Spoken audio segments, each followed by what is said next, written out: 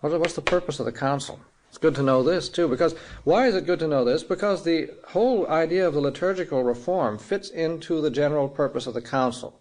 See, the liturgical reform is one of the means by which the council is to carry out its ends. So what's the purpose of the council? What are yeah? Well, one can be modernize the church. Modernize, aggiornamento, all right. They're bringing up, they're modernizing exactly, the exact words they use there are these. To adapt more suitably to the needs of our own time those institutions which are subject to change. See, what are there a couple of others? What's another one? Yeah. I think, too, is just a matter of making the whole idea of the church more clear, not only to outsiders, but just to the members, in other words, to get it out of obscurity. Yeah, well, of course, that comes to, that's in the chapter on the church there. But what it means here is increasing, the way they put it in a more general form, is the renewal of Christian life. Increasing vigor of Christian life, see. And then the third aim is, who remembers, who can think, who knows? What was the thing that they first said it was going to be all about? Unity? Yeah, unity. See, so your three aims that they give here are renewal of the vigor of Christian life, adaptation of institutions that can be changed. Because all through here you've got this distinction between institutions that can be changed and things that are essential and that can't be changed. This always comes up. I mean, this is St. Bernard and Peter the Venerable. We're working on this principle. And then the third one is to foster whatever can promote unity among all those who believe in Christ. So now, these are the three aims of the council. And the renewal of the liturgy is in view of these three aims. See, the liturgical renewal is to help bring about these things, and within the context of these three things.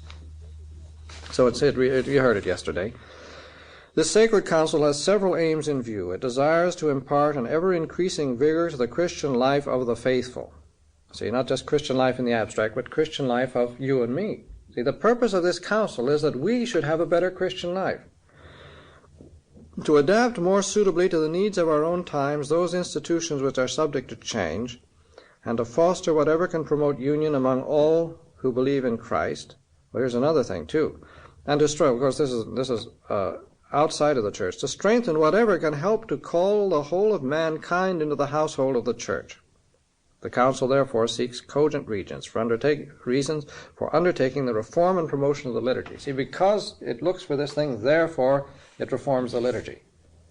Well, now, obviously, if the reform of the liturgy is going to be something that's going to make a Muslim interested in the church, it's got to be a pretty big reform. See, you're not going to do it by putting the candles here instead of there, and by changing having a different kind of a chasuble at a different moment or something like that. This is going to has to be a real deep thing. It's going to be a big reform, if they do it, which I think they will.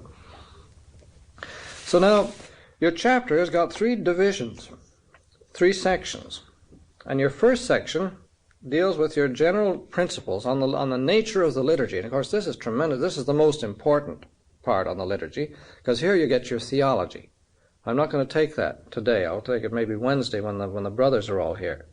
Because if you get this theology of the liturgy, there's nothing new in this except that it's very well stated. This is the same thing that you've been getting in Mediator Dei and other places like that, but it's very well stated, very clear, and very deep, and the whole thing is, it's sewed up in the bag now. There's nothing left to ask about it from this. And then your second section is practical norms. That's what I'm going to take just for a few minutes. Practical norms on the instruction that has to be given. The liturgical instruction, especially of the clergy, see, and especially of clergy and religious and faithful. So those are the ones I'm going to do for the next 15 minutes. We've got 15 minutes left, I guess. And then the third section is practical norms for liturgical reform.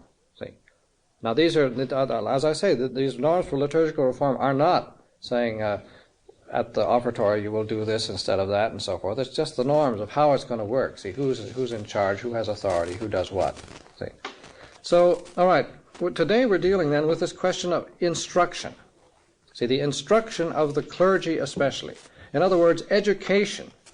And especially education with a view to greater active participation. Because you see, the central thing, let me read the little section here.